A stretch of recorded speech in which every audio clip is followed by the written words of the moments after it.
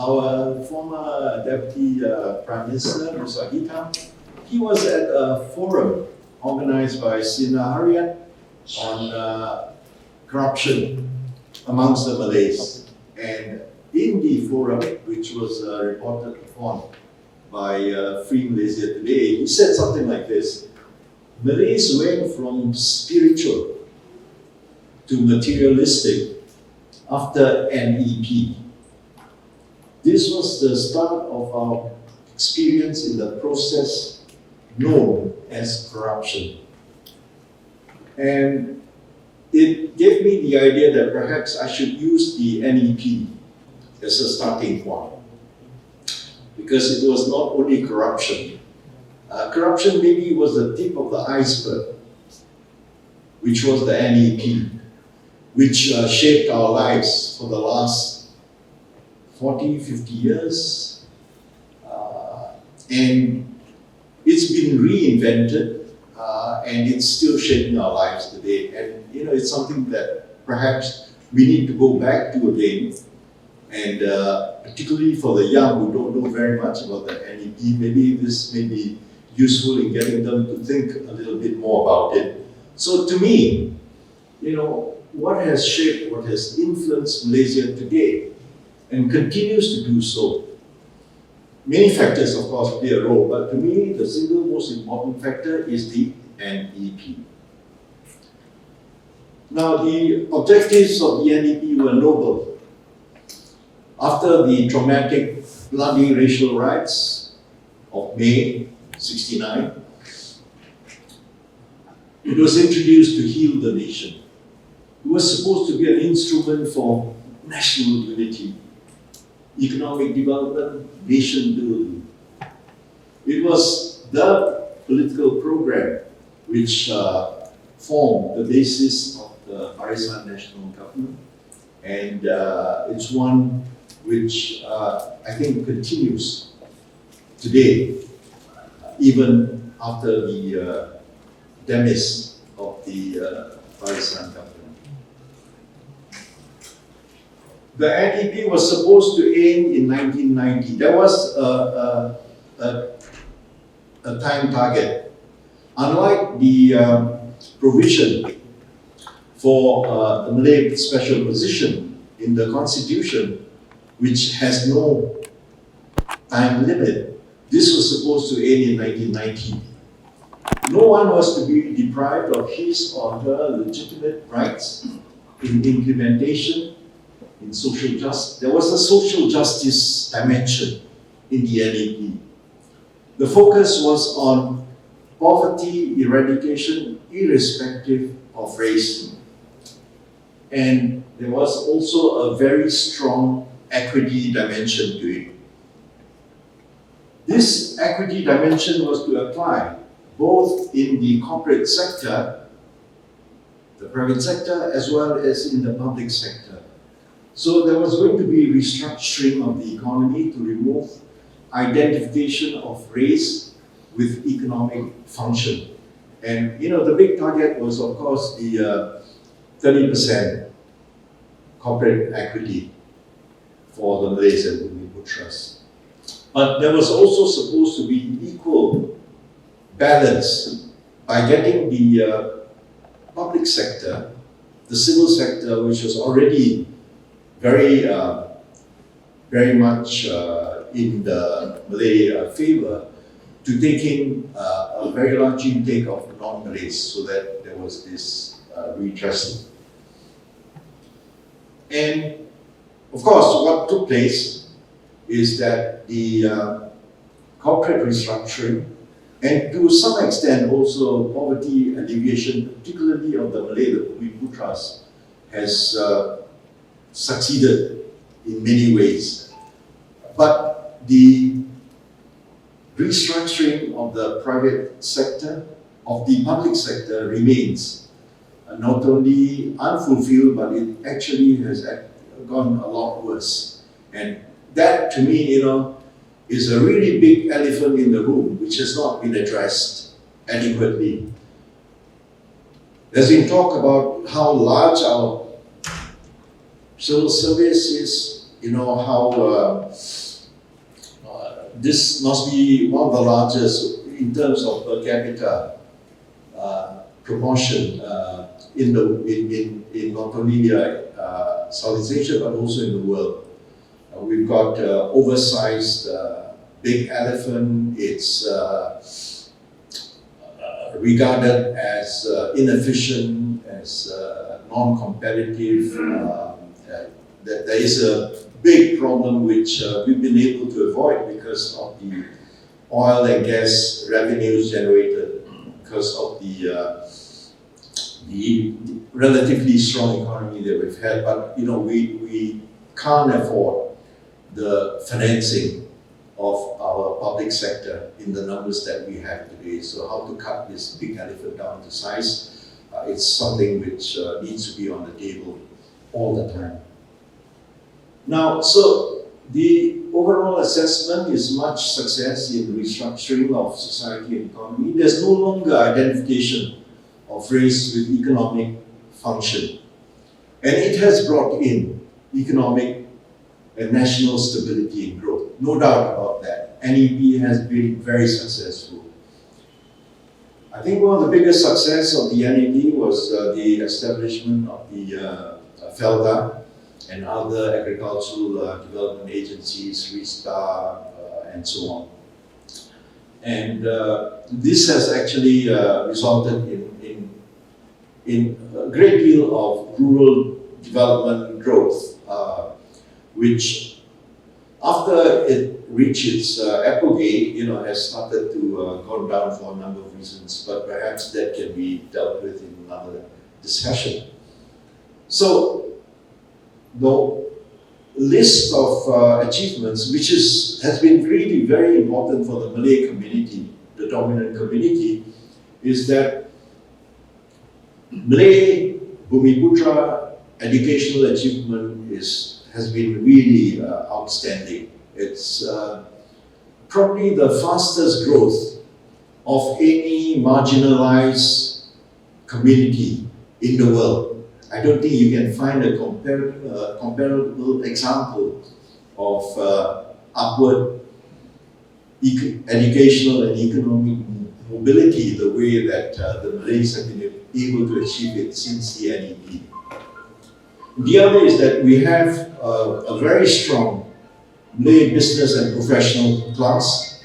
In 1970, when they first set up the Malaysia Plan documents, they had this key table which was on the what they call the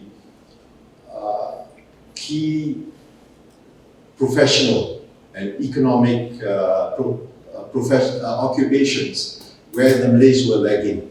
And if you went down the list, dentists, architects, lawyers, academics, and so on and so forth, you had the Malay achievement level at maybe about 3 or 4, anything under single digits in the larger table of total number. And since then, I would say that in most of the key professions, the desired higher paying professions in Malaysia, Malays form the majority, or perhaps a small majority, but they really have been up there. And that table, I think, was dropped after about 1990 or so. The concerns of the NEP had already been achieved. And since then, they have been not only achieved, but they've been over-exceeded. So that's something to be discussed also. Now, the corporate equity issue, I've dealt with this together with Terence Gomez, my fellow researcher, and we've sparked a long, contentious debate about it. So I don't need to say anything too much about it. You can go into Google and you can check it out. It's all there. NEP ended 1990. There was no new post-NEP plan which was set up. And instead, we've moved into what Dr. Mahathir set up as his Vision 2020. And this is, the very romantic vision that Dr. Mahathir laid out for the nation. I think, when did he come out with this? I think maybe it was in 1994, 95? Earlier? 1990? Yeah. After the NEB, he came out with Vision 2020. And, my old friend who's since passed away, Nordin Sofi, ISIS was very much one of the movers in helping craft this vision for us. Now, 2020 has come and gone. All right, let's look at the vision.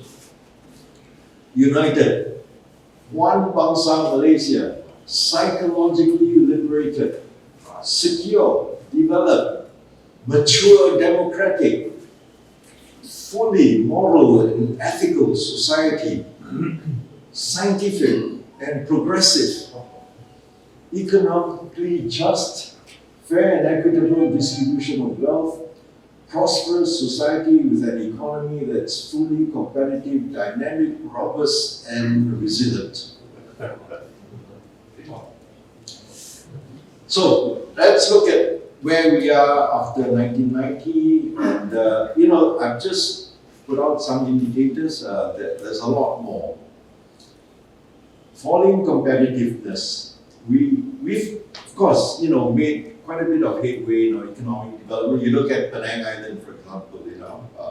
Compared with 1990, you guys in Penang have really moved up. But when you compare Malaysia with our fellow Southeast Asian countries, Vietnam, Thailand, Indonesia, these are not the tigers, the new tigers. We've turned from a big tiger maybe into a pussycat. Failure to keep quality investments, failure to develop and keep innovative human capital, migration of talent and capital. And this doesn't apply only to the non-Malays. Very large numbers of Malays, young Malays, that gone abroad, and they don't want to come back. They can't deal with the new trends in Islamo-fascism, Islamic fascism which has emerged in Malaysia. They want a good life, they want a better life, but that as Malaysia, they are caught in this conservative Islamic system which they don't want for their kids. And very clearly, the decline in the standards of governance. So I've got some indicators. I want to run them very quickly. If you want, I can share some of this data with you, those of you who are interested. Our current, in 2006, when I put together some of this for a paper, we ranked 61 out of 177 countries in the HDI, the Human Development Index, was put out by the UNDP. It comprises, I think, 4 dimensions. There's the GDP, there's education, there's life expectancy, and there's something else which I've forgotten. So today, 2022, we rank 62 out of 189 countries. We've actually fallen back. So, we all know this. I mean, Musa has lamented about it. The Sultan Nazim Shah of Perak recently, spoke out against this cancer. It's all over. There's lack of political will, there's weak enforcement of regulation, there's a weak media, and until recently, a weak judiciary. But, with the latest cases, maybe there's a big question mark on whether our judiciary has raised the bar.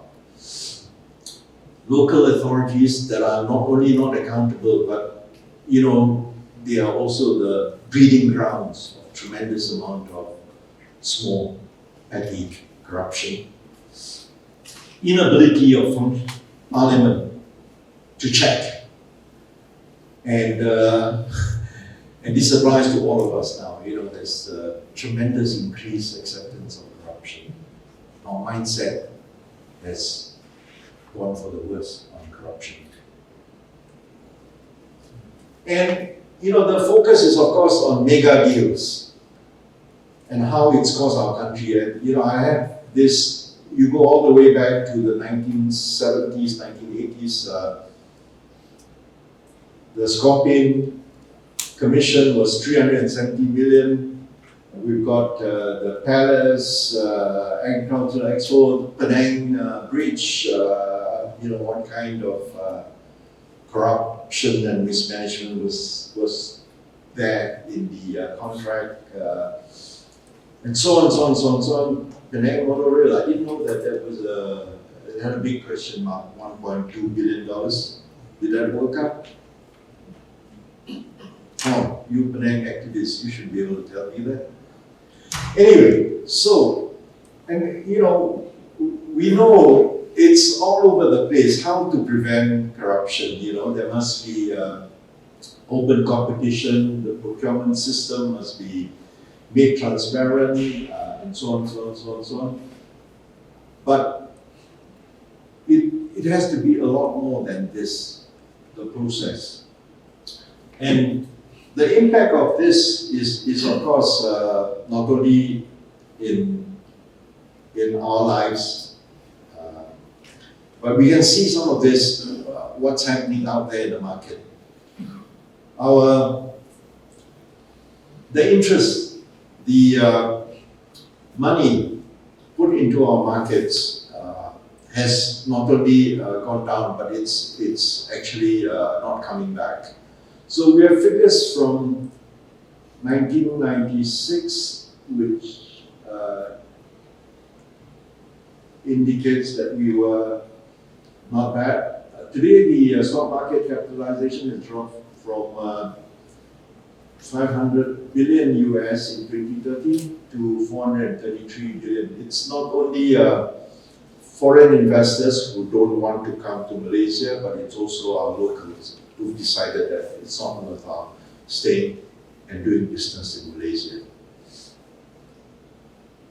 And this is something I picked out from a Google search. The EIU's business environment rankings has got us at number 31 position out of 60 countries, compared with 22. This was in the earlier years. But the latest one ranks us at 29 in 2021 to 25. And the EIU's report says that even after the effects of the pandemic abate, local and foreign businesses as well as listed companies will continue to face strict equity rules that limit ownership to 70%. The remaining 30% must be held by Bumiputra, ethnic race and other indigenous peoples. So, the economic indicators are there, the corruption indicators are there, the human development index indicators are there. We've had the NDP, we've had Vision 2020, now we have what's called shared prosperity vision, put out by initially by Dr. Mahathir and Muhyiddin, and now continued by Ismail Sabri. We found that the NEP and its aftermath has blunted our competitive edge. It's divided Malaysians. It's resulted in distortions and inefficiencies. It's led to patronage and corruption, and it's led to new poverty and wealth concentration. Now, how did this happen? I think that's an important question to ask. And the work on this, the analysis on this was done maybe 30, 40 years ago by an economist name I'm sure some of you are familiar with. Jose Mehmet was a Turkish scholar who worked in Malaysia for a number of years. He came out with a book, Development in Malaysia, and he identified that much of the money and resources, we have billions of dollars every year in our budgets. That money and resources has gone to at least 4 identifiable distributional coalitions tied up with trusteeship of the NEP and the follow-up programs. And he called them distributional coalitions. Small, powerful, influential, working under the radar, organized as cartels, seeking rewards, seeking rent through collusion, through transaction costs and other forms of non-competitive bargaining and corruption. And the 4 types, and they are still found today: political, that's ahead of it, UMNO, MCA, Gerakan, SUBB, I don't know, in Penang. Bureaucratic, very, very big player now in the distributional coalition. These are the GNCs, PNB, and etc.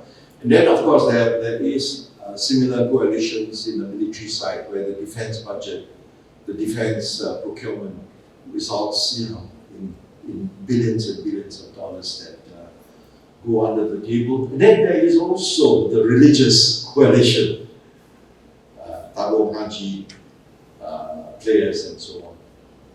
Now, this is, I think Hadi needs to be put in a room with all of us so that he can see that the corrupt in Malaysia are more than the non-Malays. These are multiracial, overlapping membership and convergent interests arising from know-who, kinship, business and professional relationships.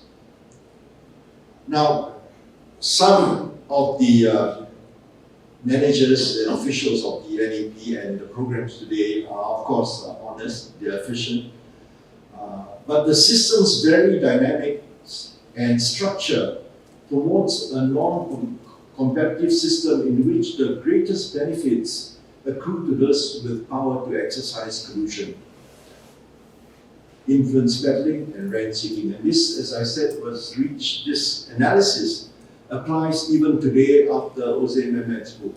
If I was the Minister of Education,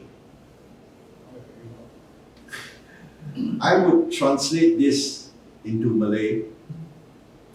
I would put out this book into every university, every assemblyman, every professional organization in this country. They should take this to heart. Now, the instruments used by the distributional coalitions, of course, Jose Mehmet listed some in their time, but there are new ones.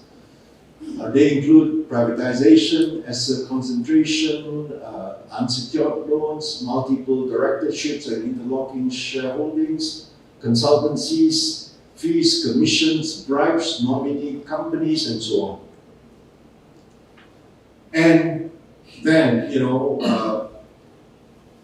many of these projects then fail, and then we've got to bail them out. And this cost of bailing out has run into the maybe tens, if not hundreds of trillions of our taxpayers' money.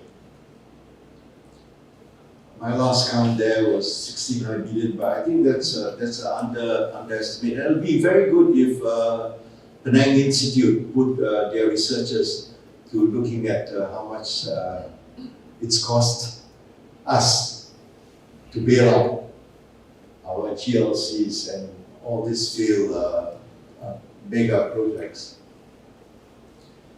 And the impact, of course, is that the money is concentrated, so it's up there, and the middle class and the lower classes are deprived of the jobs, of the projects. The trickle down has been very much less. And this has led, of course, to the Gini coefficient of inequality rising in this country. So if you have a group of the elite, the wealthy, the connected, making hay while the sun shines, there's much less hay for those that are down there. And this is what we see then in the economic configuration. And beyond this, of course, what we see is polarization, fighting over crumbs, disillusionment, uncertainty, decline in patriotism. We are losing the brightest amongst our young generation. We are losing our way in social cohesion and so on. And there is this culture, this fixation with wealth redistribution along ethnic lines, as if this is the way to resolve what's happened after the NEP. We have the wealth concentration and poverty reproduction in this country, so it's not just for now. It's only likely to run for another generation, if not more, unless reforms, even revolutionary reforms, need to be undertaken. Increasing racial and religious antagonisms, and that's very much tied up with this also. And all this we know, the system of merit and excellence is being sidelined, it's being marginalized, there's an increase in nepotism, in patronage and abuse. So, why are we where we are and who are responsible? So the main cast is, of course, UMNO, Barisan, national leadership, and then there's also the policy makers, the implementers in the civil service, the big elephant in the room that I talked to you about. And the supporting cast, business elites, professional elites, the intelligentsia, media, academics, the think tank. So, I think Sultan Nasrin referred to it, the denial syndrome in corruption, but it's more than in corruption. The denial syndrome is everywhere. It's deeply ingrained in Malaysia's political culture. Tremendous propensity to shy away from the truth, to cover up, to run for cover, to resist the impulse for accountability. It's like I was saying, it's in my book, Challenges. The more things change, the more they remain the same. C'est la vie. And, there is this sycophancy, there is this bodekism in Malaysia, the rise of professional apologists for the system in academia, in media, fear and apathy, deeply embedded in this society still. Social media has provided a bit of an outlet. Pakatan government, opened the doors to accountability a little bit more, but it's still very, very deeply ingrained in us. And the tremendous reach of the power structure to ensure compliance and passivity. After the corporate equity crisis, one of the leaders, won't mention which party, national leaders, as deputy minister, he called me and he said, Teck, I need to talk to you. And we had a private session together, and he said, you got to be careful. That's one. Secondly, he said, what you're saying, we know. The corporate equity target has already been reached. All of these other issues that you are blowing the whistle about, we know. He was talking about himself and his ministers. He said, but the carrots held up were too big for us to resist. And I think the same happens today. We have subservient and manipulated media, which continues. So very quick, and then I'll get to to the GE. We're all in the same boat. We need to have room to encourage different views, dissent, and opposition. How to move beyond the NEP, shared prosperity, keluarga Malaysia. New slogans. Maybe PI can hold a contest as to which new slogan we need. Zaid Ibrahim, I was just checking out. On the 25th of September, 5 years ago, our Zaid Ibrahim now, who's back in UMNO, said on the, this was in response to the past and Muslim response to the Beer Malaysia Festival. That's going to be held tomorrow. Looks like you guys are not attending it. Anyway, on the 24th of September, he had said, time to leave Malaysia to young Malays. And he said, let's follow the example of Prophet Muhammad, who went on his hijrah.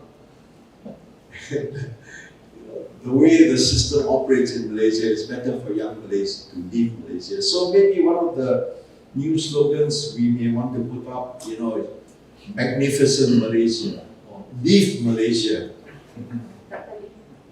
or almost there. Yeah, time is not on my side too. Alright, okay. So, the question is, this is what the youth in Malaysia face. Alright? Can they be game changers? And the potential is there. We have 5.8 million new voters out of 15 million. That's a lot of new voters. And 18 to 40 make up the majority, almost 60%. The youth vote in rural, in semi-urban and urban areas will be decisive. So the young need to go out to vote. They need to vote with their eyes open. And I'm not extolling any particular party, but they need to know whatever is put out there, but they also need to know the long picture, the larger picture of what the youth are facing. And so, I've said my piece here, but there are others that have written about it, and it's one that the youth here should be looking at. I've listed here a number of alternative readings on challenges in Malaysia. Outside the box, cite Akbar Aliram in Penang comes out with very good analysis on what's happening. There's Dean Marikan, a friend whose blog site has stopped, but he has some really good stuff there. You can search him down in Google. Finance Twitter covers economics and finance in Malaysia. Siti Kasim has a lot to say. She's standing in Batu and I'm endorsing her. She'll bring fresh face and fresh perspectives. And then of course there's Maria Hunter's Substack stuff. And then a lot of this also appears in my book on challenging the status quo in Malaysia. So thank you very much.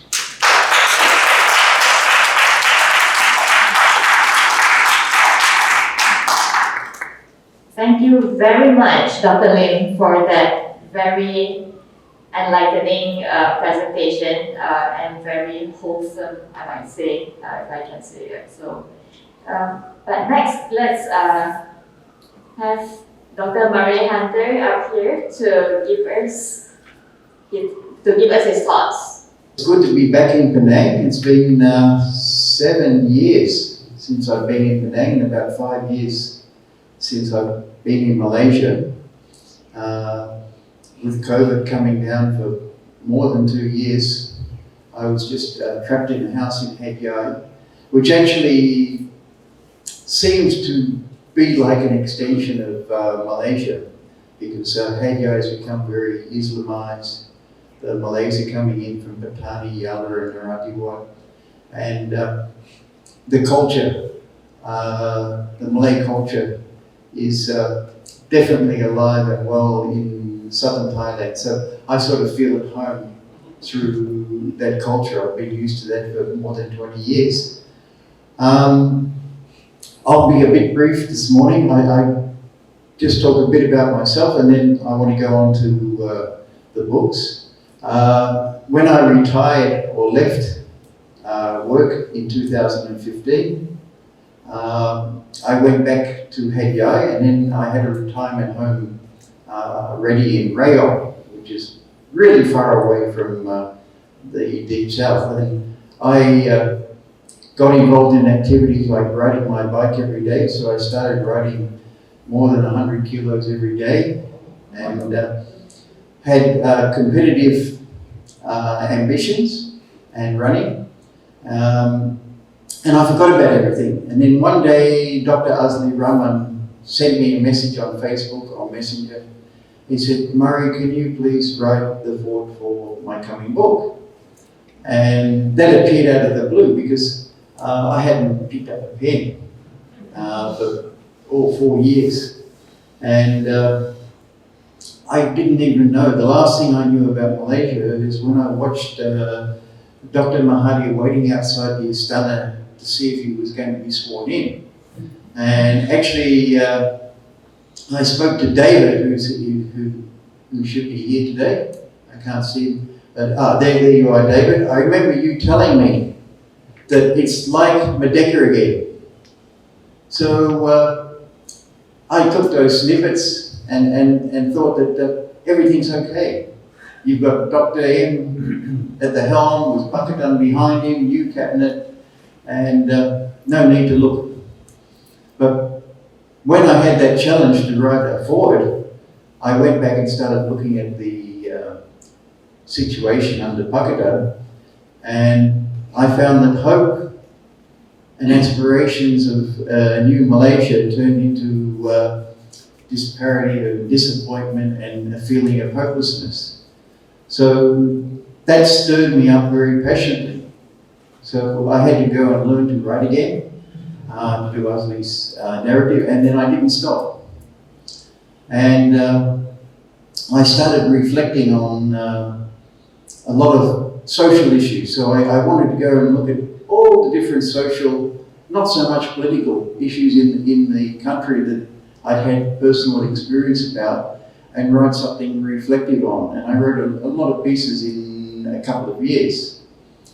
Then I met Dr. Lim through social media, and I didn't even know who Dr. Lim was, because he didn't have his handle as Dr. Lim Teck Ghee. It was another name. But we chatted and chatted and chatted, and I said, this guy's bringing up a lot of very deep issues.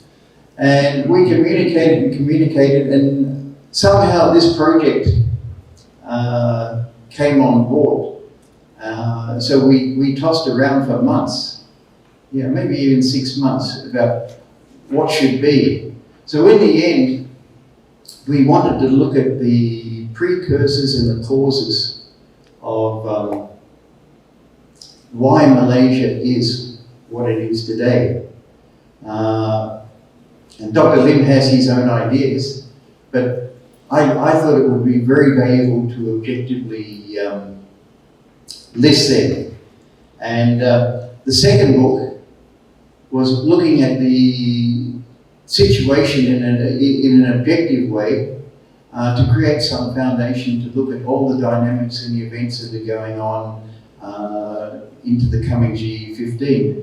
And it had to be something more substantive than making comments about who's been convicted and who hasn't been convicted, and who's going to be PM and who's going to be in the cabinet, whether the cabinet's 50 people, 70 people.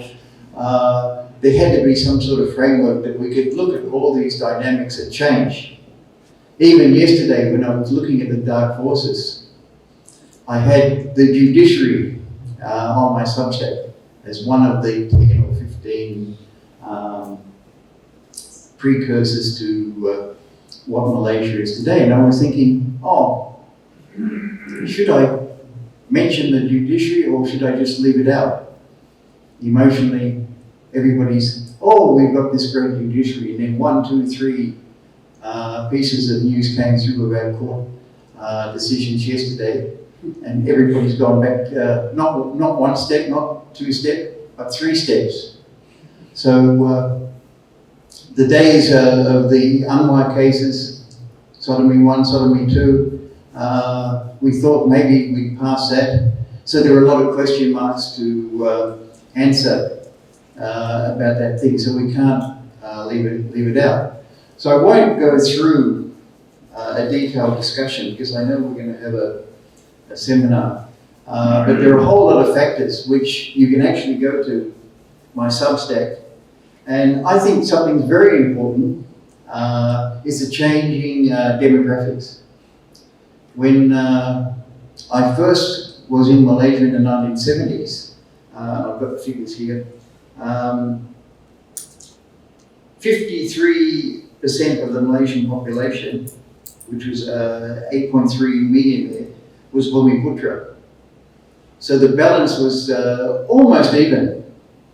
And the political dynamics of that, if you remember back 50 years ago, the Barisan, the Alliance government and the Barisan National government, and the history of Merdeka, and then in 63 bringing in Malaysia, there was a much more consultative cabinet than there perhaps is today. But now if we look at the situation, the latest figures that come in 2019, 62.5% are Bumiputra and 51% of Malay origin, which can mean many things. It's a very heterogeneous group of people. And 20.6% Chinese and 6.2% of Indian origin, which is also a lot of sub-ethnic groups. So the demographic dynamics have changed, which allows for certain narratives to become much stronger. So we have to have that in the back of our minds when we look at what the political events and the narratives that are going on. Other issues that the role in this dark forces is the clandestine social engineering. Some people would deny that. Some people would say that's definitely the case. But there's a case to be made that there's been some very, very heavy social engineering, either coordinated or uncoordinated, but that's an issue. NEP, I won't say anything more than that. It could be a product of that social engineering. Islamization, it's also been discussed. A lot of what happened, I saw in the 80s and the 90s, was politics developed its narratives to show that certain parties like UMNO were more Islamic than PAS. So that was a major push factor to the Islamization of government from that time, which has just exponentially increased. And then we have the formation of Jakim, the Islamization of the civil service. You start with the Doha rather than Rukun Negara. That's disappeared. Then we have the Malay elite themselves, which is actually, I see this not as a racial issue, I see this as a class issue. I see that government now is really a fight amongst the Malay elite for who controls. So I take a very different view from what some commentators take. The education system, then we can look at other issues that I've written deeply and long about. Special branch, as I said before, the judiciary, the Sharia system, and of course corruption. And that's a whole new subject, and if we start looking at the psychodynamics and the circles, there's corruption that's going on that we can't even identify. It's going on right at the very bottom. And that's one of the things about 1MDB. It's actually covering up the extent of endemic corruption in the country. Then the second book is more laying a foundation. And there are actually more pundits and political analysts around in Malaysia now than there are politicians. and there are something I've counted like 50 different blog sites, and some of them I love. Some of them give wonderful stories. You know, such and such is hiding under the stairs, and he's going to get this guy going down and topple him, and you know, you read them and you can see them going around the chat groups. But they're all talking on conjecture. They're all talking about what will be in the future, and they're all trying to see what's in the minds of the politicians and the actors themselves. So that makes political analysis very, very different when it's very personality based, which I believe the personality paradigm is probably something very important to look at politics in this inner circle. So I think Volume 2 provides a background. So just before I go, I just want to list the important issues I think about the youth. I lived in Basri, Perlis, which is about 18 kilometers south of Penang. And the first thing I see with the youth that I lived around is a pandemic of drugs. And you name it, it's there. And I saw the rise in crime. I saw bashings and abuses of parents. You know, children stealing from their own parents and their houses and selling things and breaking in. So I think this is something that has to be solved. And it's the same in Thailand. This is a major issue. I think this is almost the #1 issue. Then there's unemployment. And there's a whole lot of things I wanted to say about unemployment, but I think we'll get to that in the discussion. But youth unemployment is a major issue. And the education system, the tertiary system, there seems to be a mismatch of graduates with available jobs. Then we have another issue with the two-tier labour market, with all the foreign workers here, and what they're doing to the potential local youth labour market. And this brings up issues that really have to be examined and discussed in the community in a deep manner to look for potential solutions. What else can I? Yeah, what I feel with the Undi 18 is a lot of pundits are saying that this is going to be a great aid to the opposition. That these young people are going to come out, they want change, they're not happy with what they see. And when I was in KL last week and talking to many young people in C4 and New Era University, I get that. But I also remember when I was living in rural Malaysia, about the youth people there telling me about the advantages of an Islamic and Malay state. And I live there and I listen to them and I can empathize. And empathize means I may not agree or disagree, but I can empathize and I can feel the emotion of those articles, of those beliefs. So I see a polarization which may be reflective of the general population. And this is what I see with Malaysian politics in the future.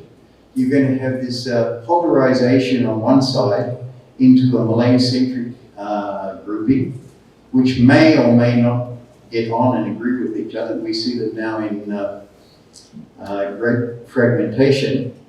And then on the other side, unfortunately, you're seeing an opposition that's also fragmented. So I see that the future in Malaysian politics, at least in the next decade, are going to be these two ends of polarization. And all the dynamics are going to come from there, and how each grouping aligns or disaligns and presents itself to the electorate in the coming election. So I'll leave it there because I know we're going to have a long discussion, And nice to meet you all, and thanks for coming on a wet and cold Saturday morning. Pei Zhong holds a Master's in Business from Swinburne University of Technology and a double degree in Arts, Psychology and Political Science and Commerce in Economics from the University of Melbourne. Her main research work includes gender equality, minority marginalization, and socio-economic issues in youth development. Other research interests include the Malaysia NEP, very relevant to Dr. Lim's presentation just now. Affirmative action in a welfare state, and the politics of international trade. Let's all give a big round of applause to Ms. Wong.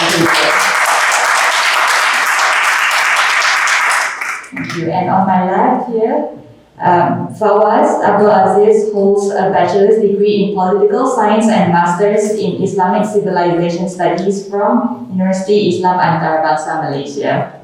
He is currently writing his PhD dissertation in anthropology at the Friedrich Alexander University in Germany.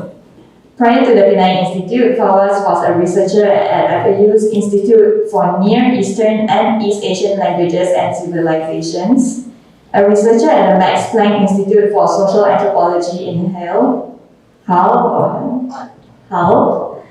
and a researcher at the Penang-based Third World Network. His academic, personal, and professional interests are in public policy, political and socio-economic, historical and political anthropology, Islamic studies, ethnicity, inequality, and Southeast Asian studies. Let's all give a round of applause to Fawaz.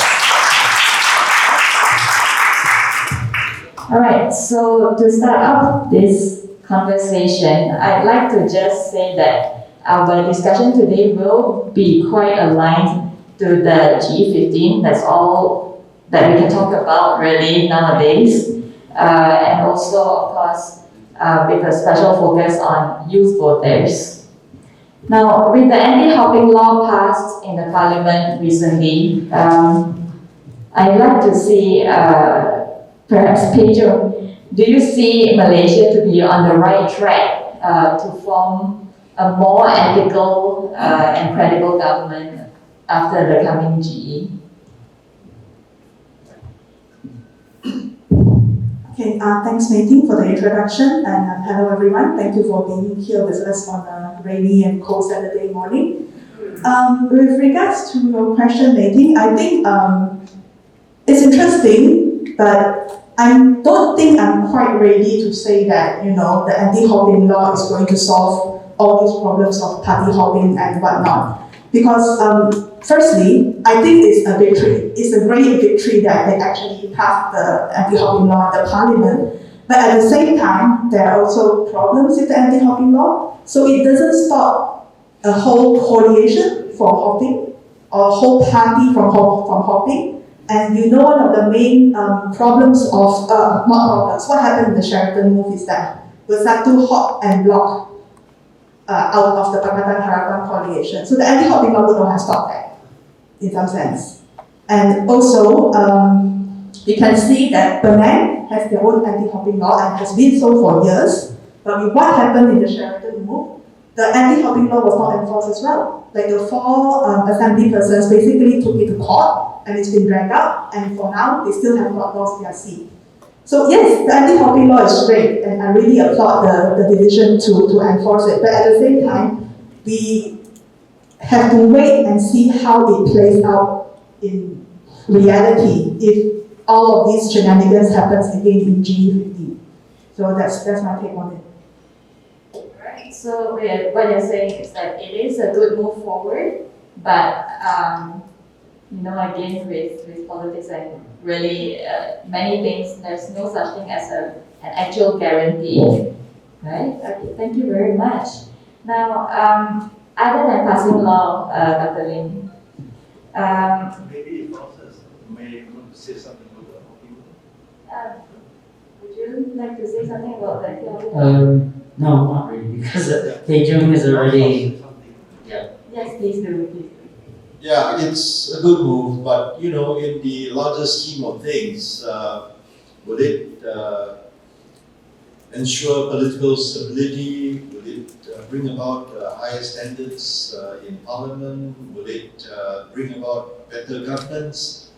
You know, I mean, these are big steps forward, which the anti-hopping law is really a very small move. So I would say that the important thing is for the public, the stakeholders, the stake players, to put the pressure out there. There's a whole lot of other very important parliamentary and party reforms that need to take place. And one of them, which I have actually pushed very hard, and which I was hoping this group would provide some discussion on, is that, you know, our coalition party-based politics, which we've had for the last 60 years, has really failed us. You know, they put all these parties into their racial and religious silos. And although some of the earlier pioneer moves to a multiracial party, it came about in Penang. Gerakan was supposed to be a multiracial party. You know, this all failed. So my concern is that we need to move beyond the present coalition configuration of coalition politics. The anti-hopping law is maybe, you know, one small step forward, but we need to try to put together big multiracial parties. And my push is for the present party system of coalition politics in this country, for these single parties that are in the coalition to dissolve themselves and to set up a big multiracial party. And I think if this can happen, this may be the game changer that we may need in Malaysian politics. Right, thank you very much, Dr. Lim. But moving forward, as ideal as that situation would be, what do you think for us would be a more tangible or maybe realistic step for youth voters moving forward into the G15? You know, if they have their own concerns, right? Yeah, just to get back to the previous question, I do agree with Pei Jung on many of the things that she said. I just want to build up on what she said, which is, as she said, the anti-hopping law is a good step. It's not comprehensive, but at the time, it's what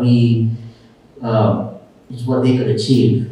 But as many young people, I wouldn't say that I represent young people. I've got a son who's 23 years old, so I'm a generation too late to be young. But one of the things that is difficult, I think is a difficult challenge, is how do you convince young people to spend time on politics after being disappointed with the last 2-3 years. I mean, as one person that I read said, and I don't doubt that many other young people, not so young people, would say, what's the use of voting if the government can change, so easily like that from one to another?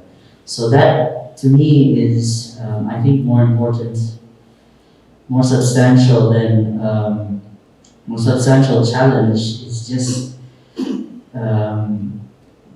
giving people a sense of meaning in the system and why they should participate and why they should be active and why they should be involved. And voting is one of them, but there are many other ways, and I think that's something that a lot of people have not really answered. Right. Thank you. I just want to give a warning on this anti-hopping law. I think it's actually a regression of democracy. In the Constitution, the Prime Minister is appointed where the Agong or the Sultan believes that he can command a majority in the House. It has nothing to do with political parties. I think the anti-hopping law is going to be a potential weapon or tool for governments to browbeat members of parliament into agreeing with what they want to do. Because the cost of them disagreeing will be losing their seat in parliament if they leave the party. So I worry that in the future, this will become a massive tool of suppression of freedom of speech in parliament. Thank you, Marie. Well, apart from passing law, and speaking of passing law, I'd like to just steer this conversation to the amendment of Article 1191A of the Federal Constitution of Malaysia, which reduces the voting age in national and state elections to 18 years old, which has vested huge citizen rights on young voters. Can I have a show of hands who would be first-time voters in the coming GE15? Alright, okay, we have one representative here. So I would like to know, to what extent would this amendment impact the outcome of GE15? What do you think, Lee? I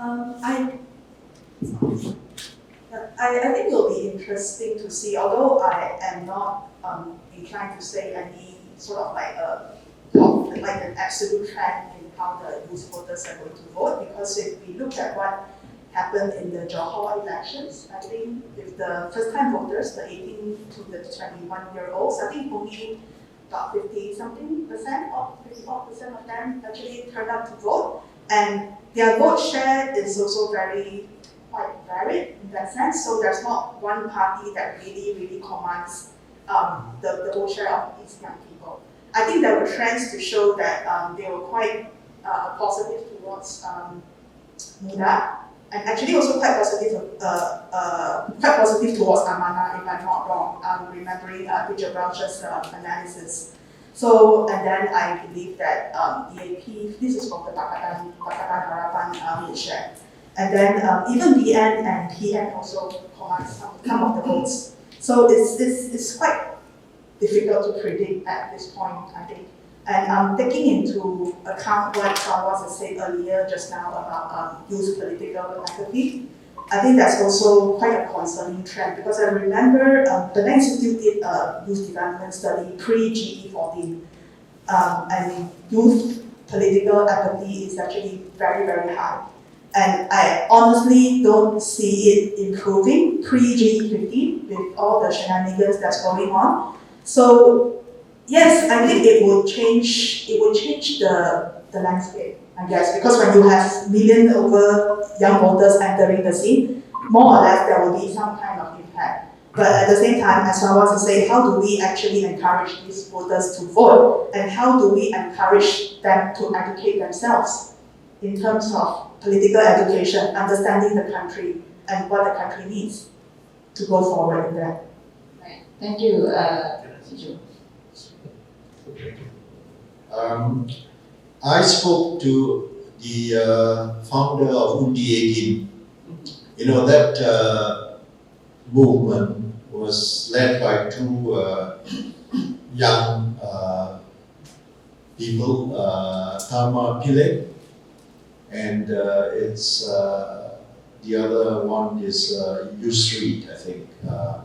Anyway, I spoke to him yesterday, Dharma, and asked him, now that with this Undi 18 coming into the electoral fray, what percentage he expected of the youth that were new voters would vote, and he thought that as much as 60% of the eligible youth voters will be casting their votes in the election.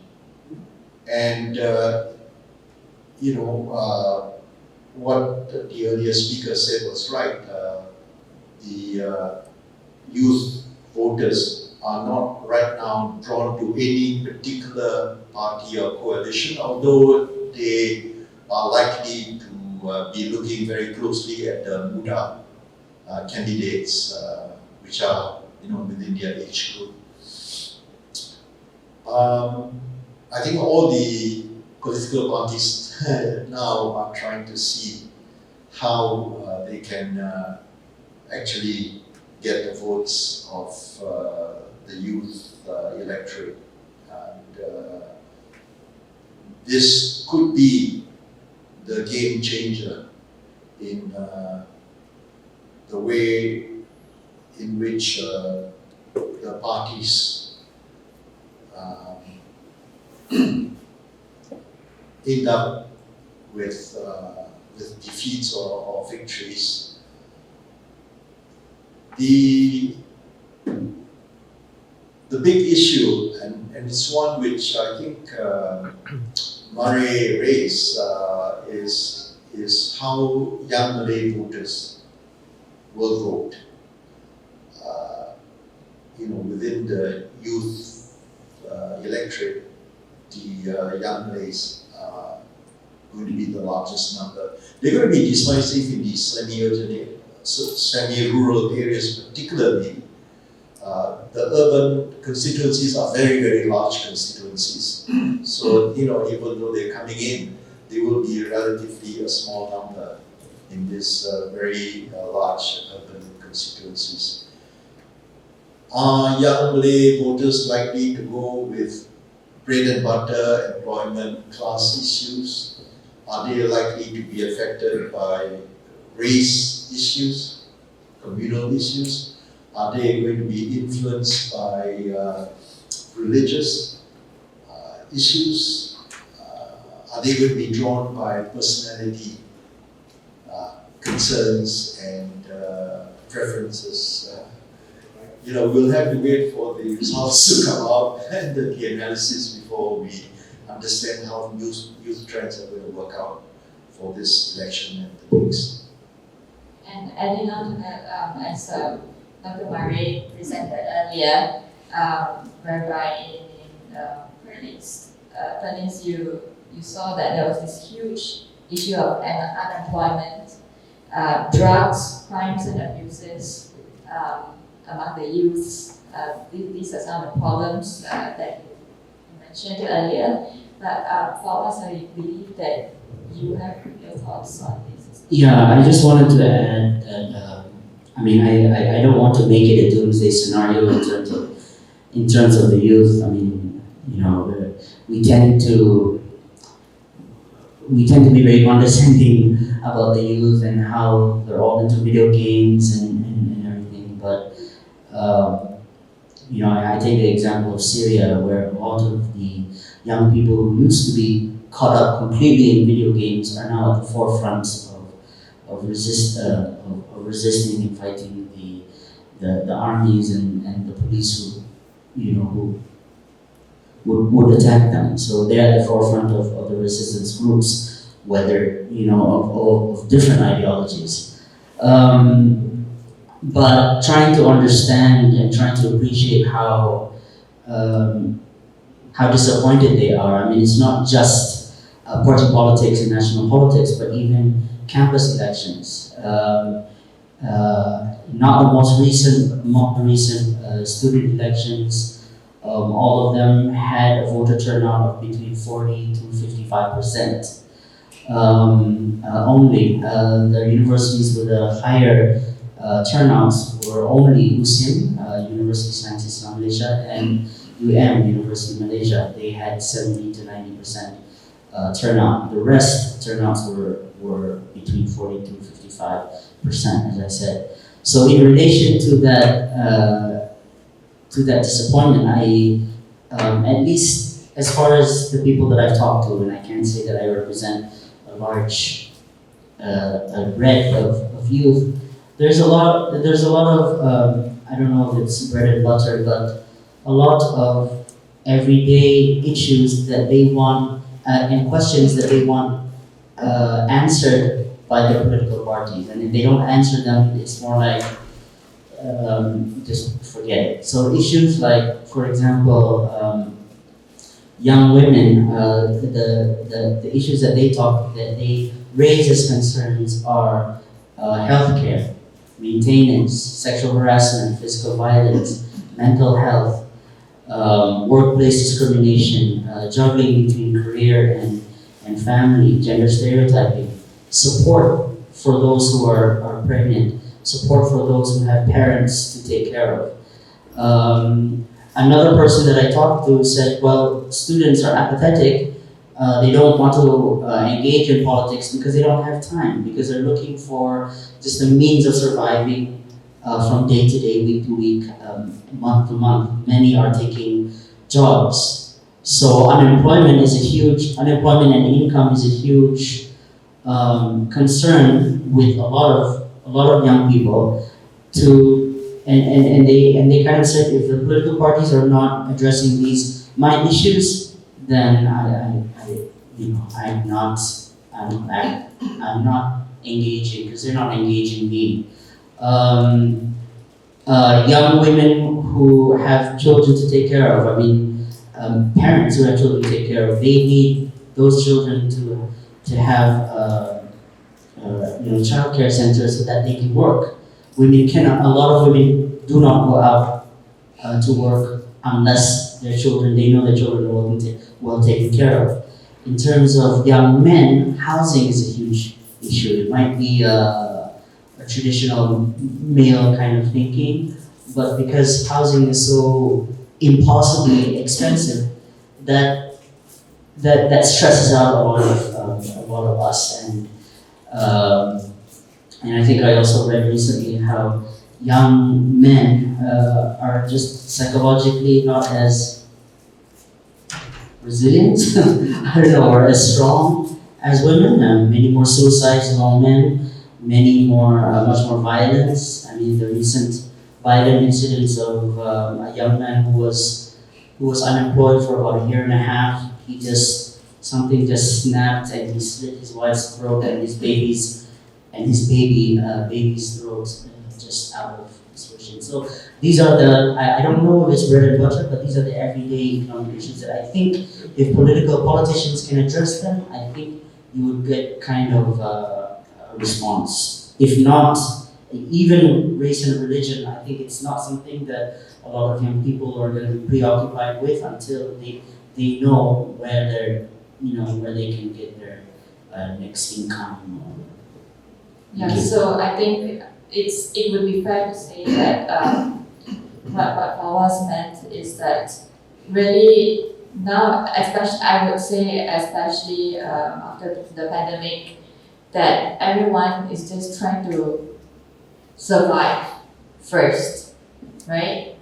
Yes, the race and religion politics have been going on for years, but what really matters to every individual, especially those from the B40 communities, or those who are just not doing that well, to basically just want to survive first, right? So, but anyway, moving on, Murray.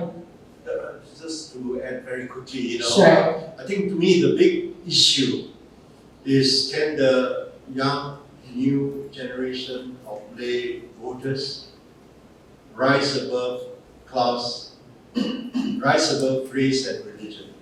I think that's the $64,000 question. And I must say, I'm not into this analysis. I've not done polls, not talked very much. I just look at social media, and I look at what I think is the younger generation of social media followers of Najib. He's got 4.5 million followers, isn't he? Yeah. And many of the comments there, they are very, very active followers. They are not really very concerned about corruption in this country. Good governance may be a little bit different to them. compared with what we have in mind. Religion and race are very, very important in their mindsets, and how this plays out in the elections. I think the opposition parties in Pakatan are also very much aware of this. Thank you. Yes, and just coming back to your point just now on basically the power of social media and how powerful it is in shaping, firstly, perhaps political literacy in a certain extent, but also influencing social media users and especially the youth. So, Marie, what do you think? How do the youth see social media, use social media, and how are they actually influenced by it when it comes to perhaps the coming GE15? Is this working? Yeah, this is working. Social media is very heavily used, particularly in the Islamic organizations and the Yayasan. Lots of Yayasans some of them have 3 million followers, and they're broadcasting every day. And they've created a paradigm of Malaysia that a lot of regular listeners subscribe to. But I know that in Malaysia, from the statistics I've seen, that social media is the main disseminator of information about politics and society, not just for the youth, but the whole country. And people are going to win or lose based on WhatsApp or campaigns. So maybe it's best not to go out into the hustings and go to all the coffee shops, but have armies that are using WhatsApp. And this has been done. Some parties employing professional organizations that do that. And it's not just here in Malaysia, it's all throughout the world. But it doesn't matter what you do and what you say on social media. It's if you go down to Yan or to Kuala Lumpur or to Basri or somewhere in Sarawak or Sabah, up in all the Ulu areas, and people will ask you, what can the multimedia corridor do for me? What can the biotechnology launch do for me? What will the Sabah corridor do for me? They see all this, they see the politicians, and they become apathetic. Because what's the point? You vote for this one, you vote for that one, you vote for one that's making all these promises. It doesn't change life. So the major issue is equality of opportunity. And it's not a racial thing, it's a regional thing. Is that people who live in urban and town areas, they have access to education. They can go to university, they can get into a place into a university and go. But people in the rural areas haven't done as well at school because of family circumstances, economic circumstances, and they don't even have the opportunities to go to university, get an education and go into the civil service or get a job in a company. This is a major problem, and this is where the education system is letting everybody down. We've got to probably reframe the whole education system and look more for guild, vocational education that can create income. So it might be more about how to make shoes. You know, the whole skill and craft of making shoes is gone, disappeared. How to turn handicrafts in Sarawak into artwork. These are all the niches and opportunities that the education system has to help create. And this is where education has drastically failed the youth. And anybody who gets up and stands up and starts addressing these issues, if people like Muda did that, I think they would get a very direct response. But promising this and promising that and big lodges and big buildings, the youth bossa tak mau tahu. Thank you. So basically, you are saying that the core issue is actually the education system. The core issue is makan. Yes, yes. Everybody has to makan for sure. Education has to facilitate a living. All right, thank you. So coming back to Pedro, so with things like social media, and then it leads to things whereby citizens can actively voice out their opinions or demand for things in the virtual platform. What sorts of demands do you think the youth are hoping to see in the coming GE? I think agreeing with Marie and Fawaz, definitely makan. So youth and unemployment is a big issue. It's a big issue, and it probably has been made worse because of COVID. And as we know, youth employment in Malaysia is mostly above 10%, and a high chunk of that is the people aged between early to mid 20s when they first got out of university and they're looking for jobs, and they're not able to. So a lot of them, they may be trained in one discipline in university, but when they come out looking for jobs, they couldn't find the job that they want, and they end up being underemployed. So working in admin jobs when you have an engineering degree, for example. So these are the issues that the youth, I believe that the youth wants to see addressed. Because when it comes to unemployment, even if you look at unemployment as a whole, the biggest cohort of unemployed people in the pool of unemployment are the youth. They stand for about 50%. So youth made up 50% of the unemployed people in Malaysia, and that's quite concerning in my opinion. So I think that's the main thing that the political parties or policy makers should be addressing. How do we train our youth, upskill our youth, and make them prepared for employment, in addition to actually providing job opportunities for them as well. And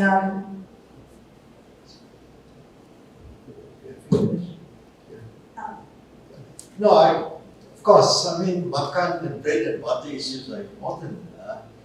And all the parties are going to make promises, okay? They're going to have election manifestos which will talk about how they deal with employment and how they will provide job opportunities and so on, so on, so on, so on. All right, so it's out there. I'm a young voter. When I go to vote, I know that there are all these promises that are made. Now, if I were a young Malay voter, how will I vote?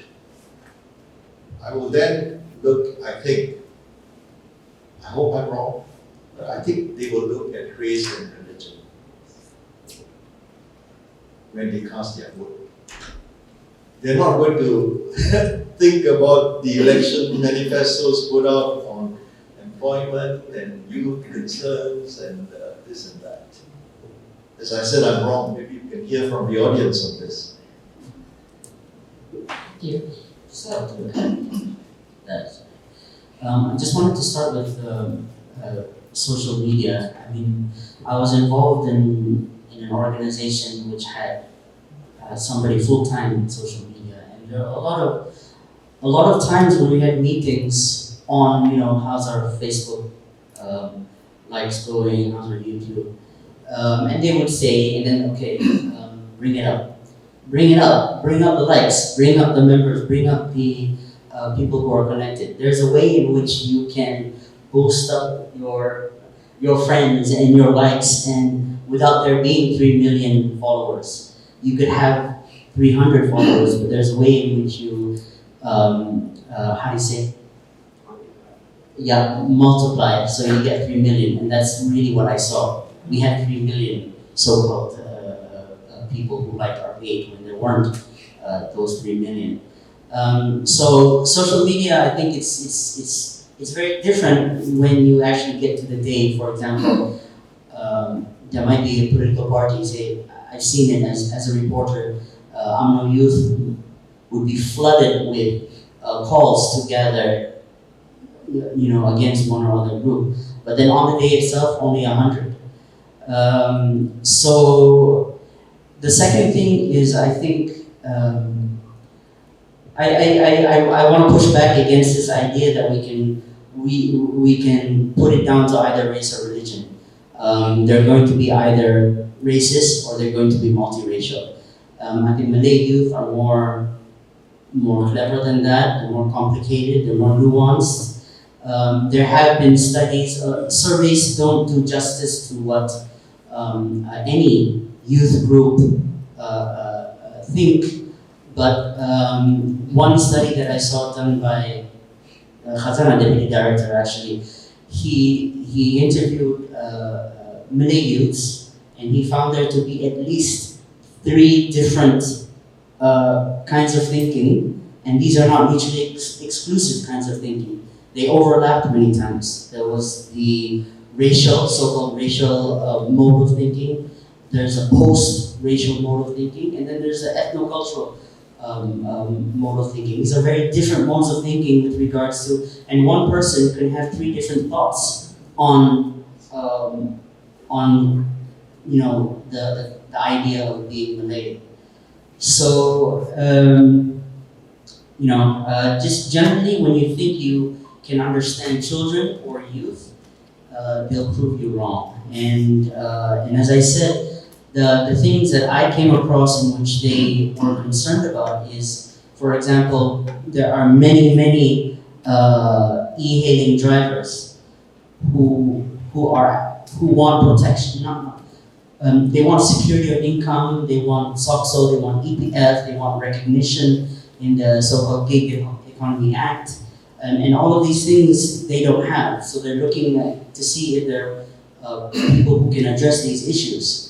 And then there are also a lot of young people who are surprising to me. Some of them are very interested in going into agriculture. But one day, these are graduates, they might be engineering, they might be accounting, but they want to go into farming. But then when they try to go into farming, there are all kinds of obstacles. There are the brokers, there are the older people, especially 60 and older, who don't take them seriously, who don't give them support. The government doesn't give them support to get into farming. Contractors, for example, most of the contracts are given to those who are older, 60 years old and above. But there are young people who want to go into contracting jobs, and then they have to go through jump through all kinds of hoops. Banks are not going to give them loans. They don't have the documents to apply to the bank, so on and so forth. So these are things which a lot of young people I've heard are very frustrated with. They don't need more training. A lot of us are very condescending towards the young and say, you need more training. So we give them training. But they're complaining, we don't need more training, we need opportunities. Give us opportunities so that we can put into practice what you have been drilling into our heads for the past 3-5 years. Thank you very much, Paula. So if I can just sum that up, you're saying that, really it's the opportunities that the youths are looking for. In a sense, saying what Maria mentioned just now, that we all need to cari makan, and whereas Dr. Lim is saying that, in his opinion, young Malay voters will still be looking at the race and religion part.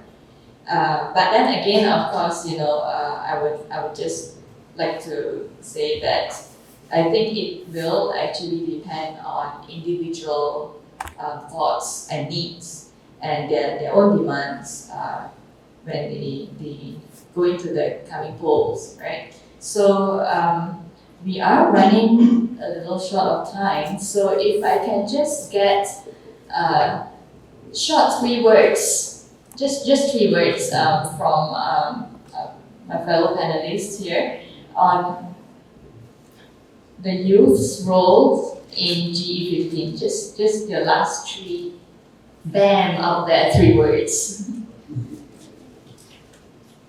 Let's watch that space. Right? Let's watch that space. And Pedro? I think my 3 words would be expect the unexpected. Great.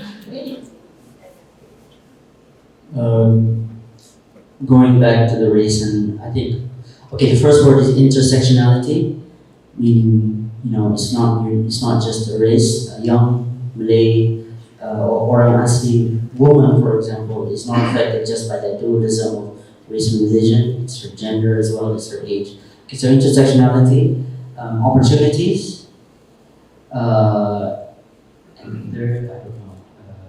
That's all right. 2 powerful Yeah, words. intersectionality and opportunities. Thank you. And yourself? Yeah, it's, I'm pessimistic. Race, religion, reform class. All right. Thank you very much, Dr. Lim. Let's all give a round of applause to our. We will now open the floor for questions and answers, but let me just put it out there first. Less statements, more questions, all right? Because we want to learn from the panelists. Can I have Mr. Koo down there? Is that Mr. Koo? Oh, sorry. Let me speak from the elderly in the senile. Congratulate Ghee and Myrie. I met for the first time. Very cogent, very analytical. But I want to firstly suggest that we do the audience demographics.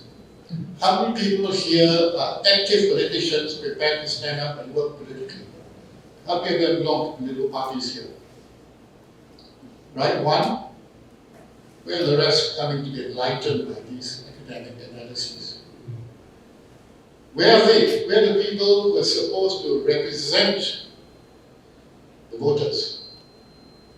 Now, I think despite all the analysis, the key problem is simply this, that the political parties have all gone rotten. They're good guys there, well-meaning guys, but they become gangs, like with laws. So why should we vote for them? And when you talk about voters, they're spending their time trying to be spin doctors to get people to vote, sometimes even by paying them to do that. So you're Can we expecting, have your question, please? but you're expecting people to vote from.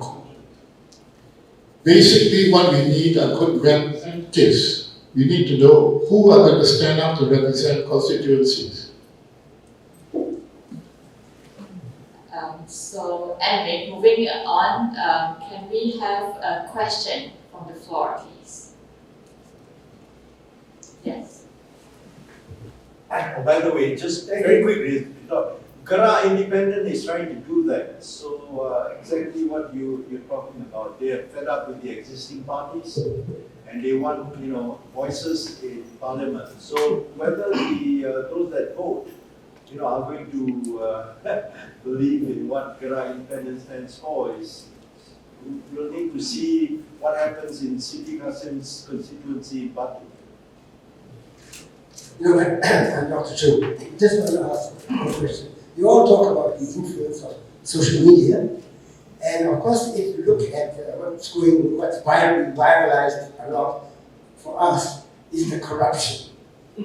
Now, the question is that despite the competition from all those other organizations, the cyber troopers, I'm actually wondering whether the corruption element that is going through the social media, is that going to reach the youth despite the fact that there's so much racism and religiosity that's going on? It just makes me wonder, what do you think about the influence of the corruption viralization? Thank you. Would you like to answer? Well, yeah, I think the corruption issue did play a role in the earlier federal election. Whether this will be an important factor in the coming election, I sense that there is probably not going to be, it's not going to play that a key role in many voters' minds. And I mean, we all know that the 1MDB was supposed to be the mother of corruption, but now that's receded and we now have the LCS. But from what I can see from social media, the news, you know, that the LCS, if the opposition raises it, is not going to make any voters decide differently. So, you know, we now have the 1MDB as the grandmother of corruption, and we have the LCS as the mother of corruption. But corruption as an issue is receding in the minds of voters. Right. Thank you. Next question, the lady with the blue scarf first. I am Susan. I wish you would have the youth on the panel, but since we don't have, and 90% of the audience are senior citizens. We have 3 young, bright looking young men behind me and a few young people. Maybe we could hear from them, especially we talk about social media. And so, I don't know, all of you want to speak? I think that will be very interesting.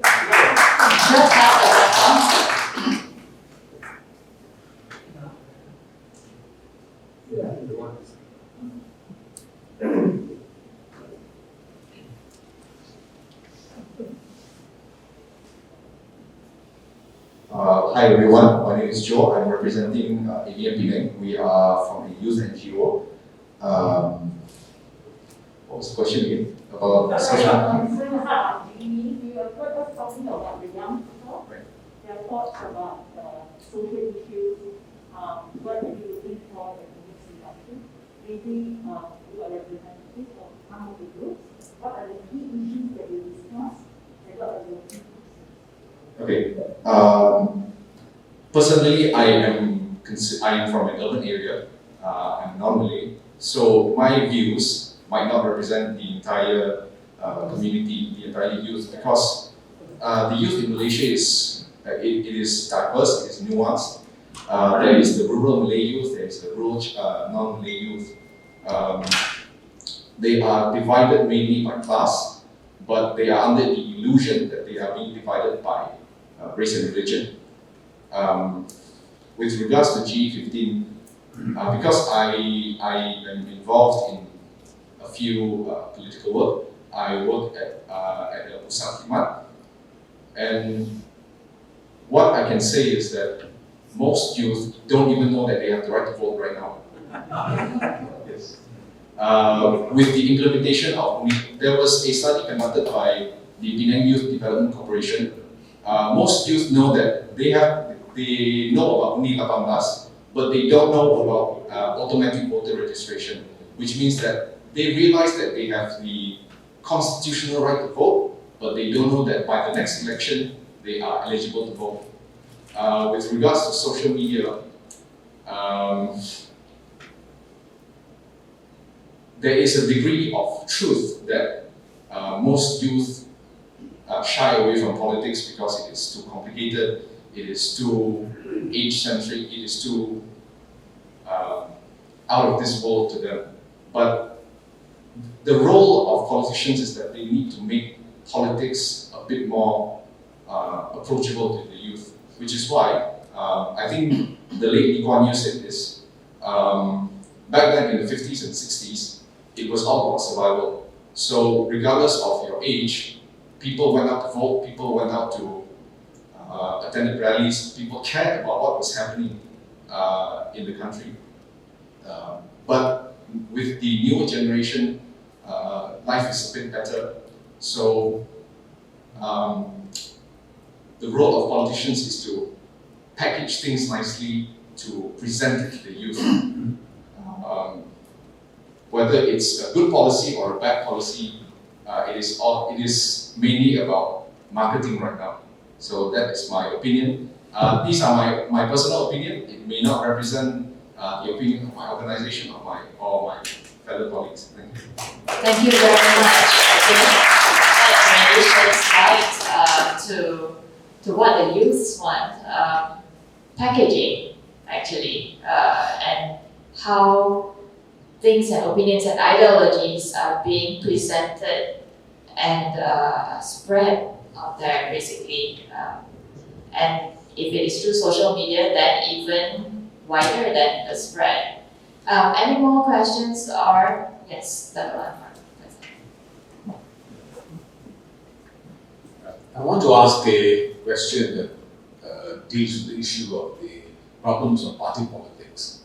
And one of the good government systems has been compulsory voting, and 2, proportional representation.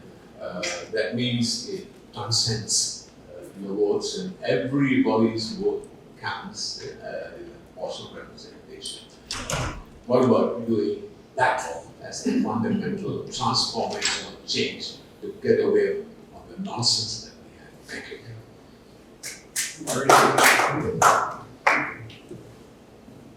Thanks for that.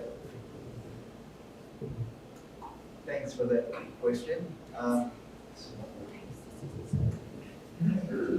Thank you. One of my favorite subjects. A lot of people tell me about the first past the post system, which is used in the UK, used in the United States. And if you're a slick on the ground political organisation, you know how to run the booths and you know how to get the votes. But the result will be the objective of the first past the post system is to get a clear majority of one grouping or party in the House so you can have stable government. Proportional representation they use in the Australian Senate. And what you have in the Australian Senate is no one grouping having a majority, and you have a lot of crossbenchers. So you get a much more pluralistic representation of who the people vote for. That's good for democracy. I personally believe that to have proportional representation of what the public believe in should be in Parliament. But what you get is very unstable government. So that's an issue. So there are a lot of other methods where you have party list. In Thailand they have individual and they have party list. In Singapore they have single constituency and multiple constituencies. New Zealand has one system, Tasmania one state, and Australia has another system. So there are many, many electoral systems, and I believe in Malaysia there's got to be some work on developing a much more representative electoral system. That brings on another subject, the Senate. The Senate is really a house where you dump has-beens, or you owe favours to, or you want a quick ministry. You want a quick minister, so you appoint him. So there's something like 27 vacant positions at the moment. And technically, it's really a house of the states, 2 members per state. That's 26. And then the other 40 or something are actually by the young Di Pertuan Agong, appointed by, which is really the Prime Minister putting their own appointees. So it's not a state's house, it's not a royal house, but it reflects the view of the government. So it will never, but senators, I know a lot of senators, and they do try and review legislation a bit more independently than those in the lower house. But I would like to see the day that the Senate becomes a true state's house. And I believe that if a good mathematical formula was made that Sabah and Sarawak had their a third or 35% representation in the upper house, the successionist movement, which is very small in Sarawak, could go a long way with other things to accept, and there could be a lot better unity of nationhood with a democratic Senate, which should be proportional representation. So you get those diverse views in the upper house, and somehow through a more democratic voting system in the lower house, then you can get some sort of stable government with more accommodation to minority parties. Now, if you had that system, the Malay-centric parties and the philosophies of Pertuanan Melayu, the NEP, imagine if they had to negotiate with minority parties. Maybe NEP would have been a thing of the past because of forced party negotiation. So that could radically be a game changer in politics. And if I was here and politically active, that would probably be the one issue that I would go all out on. Can I say something? More, proportional representation, other more representative kinds of electoral systems. This is more than a pipe dream. That's not going to happen. The first past the post is with us in my lifetime, and I think in the next lifetime. Thank you.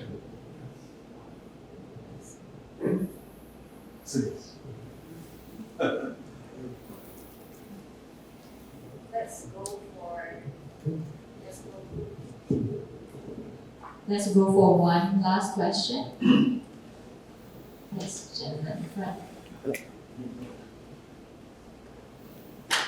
So we have 2 questions. Never mind, we can go for 2 questions, but let's start with the gentleman in front first.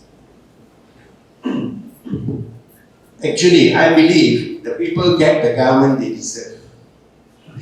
We can sit down and analyze, but at the end of the day, it's what the people want. And I would think that most of us are not rational all the time. The emphasis on all the time. I remember there was a by-election when Anwar Ibrahim was still in UMNO, and I believe either Minister of Finance or Deputy Prime Minister. Karpal Singh was standing in the by-election in Prague against an MIC candidate. And the night before the election, Anwar Ibrahim reminded the voters, a substantial proportion of whom were Indians, siapa bunuh Indira Gandhi? It was a Punjabi who killed Indira Gandhi. Now, does that have any influence on the voters? So I would tend to agree with Dr. Lim Teck Ghee, especially in the context of what our Zakir Naik said many years before. Even if a Muslim leader is dishonest, you must vote for him over an honest non-Muslim leader. And yesterday I read one social posting where a student asked the Ustaz, "Can I kiss my non-Muslim teacher's hand?" The Ustaz's answer was this: you cannot kiss a non-Muslim teacher's hand, it is haram. Because you are admitting that other religions are subservient to Islam.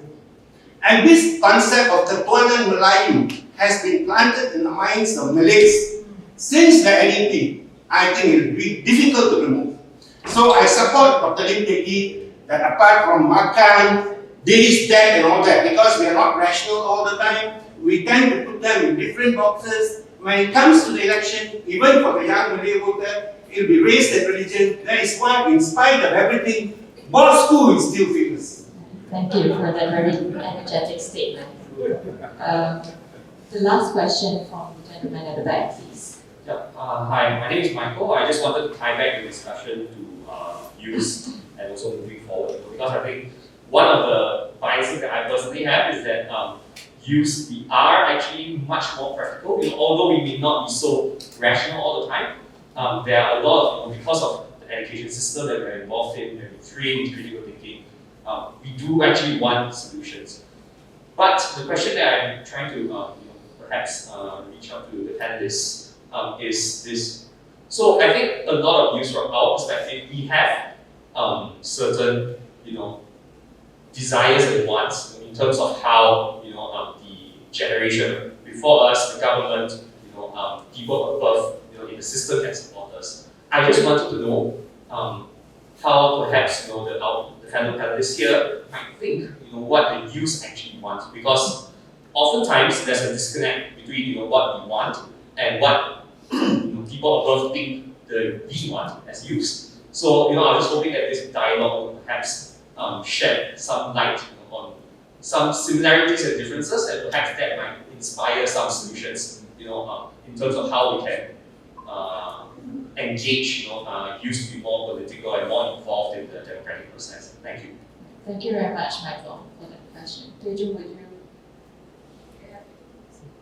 Yeah, actually, it's very interesting what Michael said, because youth in the political process. So I think the conversation has been a lot about youth as voters, but I think we should also think about youth as representatives. So if you look at the candidacy of our political candidates, more often or not, you will find like people who are retirement age, more than anything else, men. So male retiree age candidates. When I think the conversation should be directed towards the younger and the more dynamic people of Malaysia. So basically, engaging the youth in the political process, as well as in giving them opportunities to speak up, giving them the opportunities to engage themselves in political policy making, and all of that basically. Then you can understand better among the different diverse groups of the youth what they want and what they need and what they hope to see and where they want the country to go. Thank you very much, Pedro. I agree. And we look at the age of our youth and sports minister is 52 this year. So, but anyway, with that, thank you very much, ladies and gentlemen, for staying with us up till now. This wraps up our discussion for today. Please feel free to purchase the books if you would like to, and then you can ask the authors to sign them if you would like to. Thank you very much and have a good evening.